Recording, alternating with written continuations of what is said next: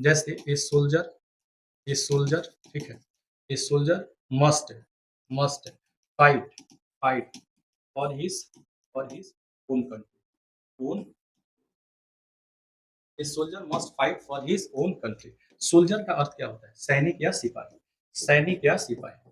सैनिक या सैनिक या सिपाही। हमारे देश का जो रियल हीरो होता है ना, हमारे देश का जो रियल हीरो है वो क्या है? सोल्जर्स है। ठीक है, आज भारत में शांति है। आप भारत में शांतिपूर्वक सो पाते हैं तो इसके कारण क्या है? हमारे सोल्जर्स हैं। इसलिए हम सभी को सोल्जर्स को हमेशा रिस्पेक्ट देना चाहिए। आज सोल्जर्स हैं कि भारत का अस्तित्व बचा हुआ है। नहीं तो आपने देखा कि पहलगाम में जैसे टेरर अटैक हुआ था, तो उसमें बहुत सारे मासूमों की जान चली गई थी, ठीक है? ये चीज़ हमारे जो भी सोल्जर्स हैं, जो भी हमारे सैनिक हैं, जो भी सिपाही हैं, उनका क्या कहना था कि आप हमें एक बार मौका दो, ठीक है?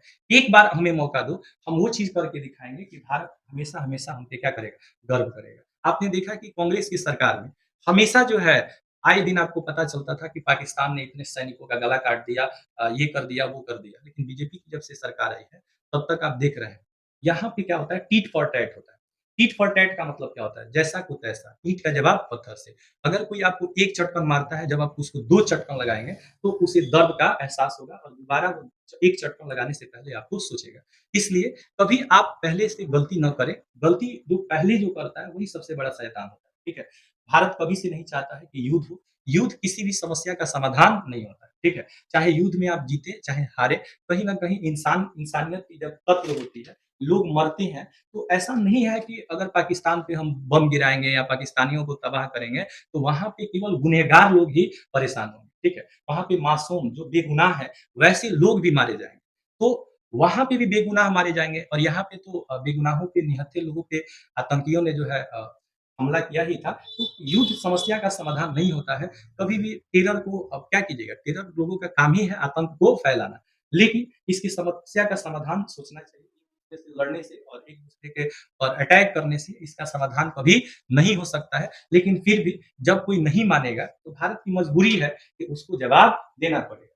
समझ रहे हैं कि नहीं? टिट फॉर टैट जैसा को तैसा करना पड़ेगा। तो सोल्जर्स का हमेशा हमें एनकरेज करना चाहिए। हमारे जो भी सैनिक हैं, जो हमारे देश के लिए, हमारे भारत माता के लिए लड़ रहे हैं, ठीक है?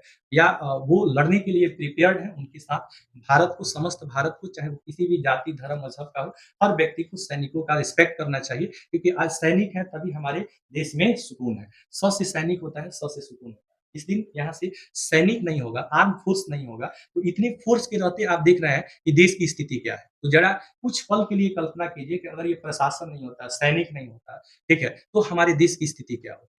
दिन दहाड़े मर्डर होता, रेप होते, अटैक होते, हर जगह पे कोलाहल और अशांति होती। इसलिए सैनिकों का हमेशा से सम्मान करना चाहिए और कहा भी जाता है कि army is the real hero of the country. देश का रियल हीरो कौन है? वो आर्मी है, वो हमारी सेना है और उन सेनाओं को हमेशा से मेरा सैल्यूट है और उन्हें दिल से धन्यवाद है और उन सैनिकों की हम सभी उन सैनिकों के साथ हैं। जैसा पाकिस्तान या कोई भी टेरर कंट्री जैसा हमारे साथ बिहेव करेगा, हमें भी वैसा ही बिहेव करना पड़ेगा। तब जा कर के उन्हें एहसास होगा कि अगर पहले हम गलती न करते, तो भारत हमें इतना बड़ा सज़ा और इतना बड़ा एहसास नहीं दिलाता। Thank you for watching this video.